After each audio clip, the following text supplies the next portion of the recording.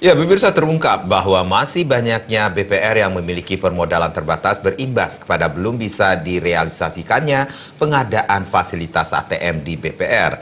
Oleh sebab itu, pihak OJK akan terus mendesak percepatan proses merger agar dampak positif dari merger yang salah satunya percepatan pengadaan fasilitas ATM bisa segera terrealisasikan. Tiap hari tukar uang? Oke.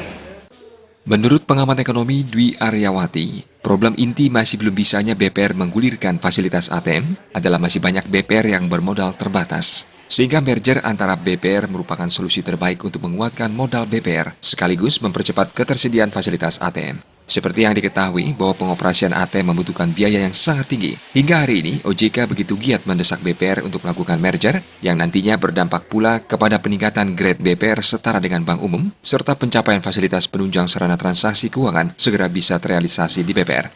Selama ini untuk mengatasi hal tersebut, BPR menyiasatinya dengan layanan pick up service, di mana kolektor akan datang langsung ke rumah nasabah untuk mengambil langsung dana tabungan nasabah. Namun dirasa pick up service ini masih banyak kekurangannya, diantaranya faktor keamanan dan tingkat kejujuran kolektornya masih dipertanyakan.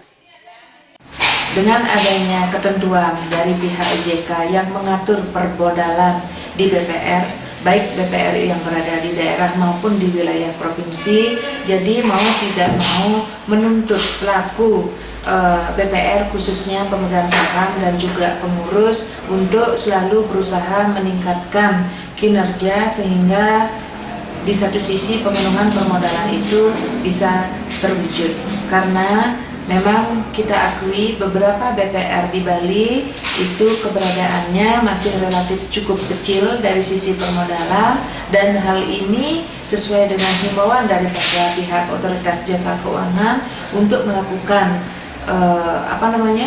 merger antar satu BPR dengan BPR yang lainnya. Dwi Aryawati yang juga dirut BPR Gangga ini optimis dengan adanya fasilitas ATM nantinya, layanan pick up service bisa segera ditiadakan, serta kapanpun nasabah ingin menarik dana bagi keperluan apapun, dimanapun, pastinya bisa segera terlaksana dengan bantuan fasilitas ATM tersebut. Gung Krisna, Bali TV.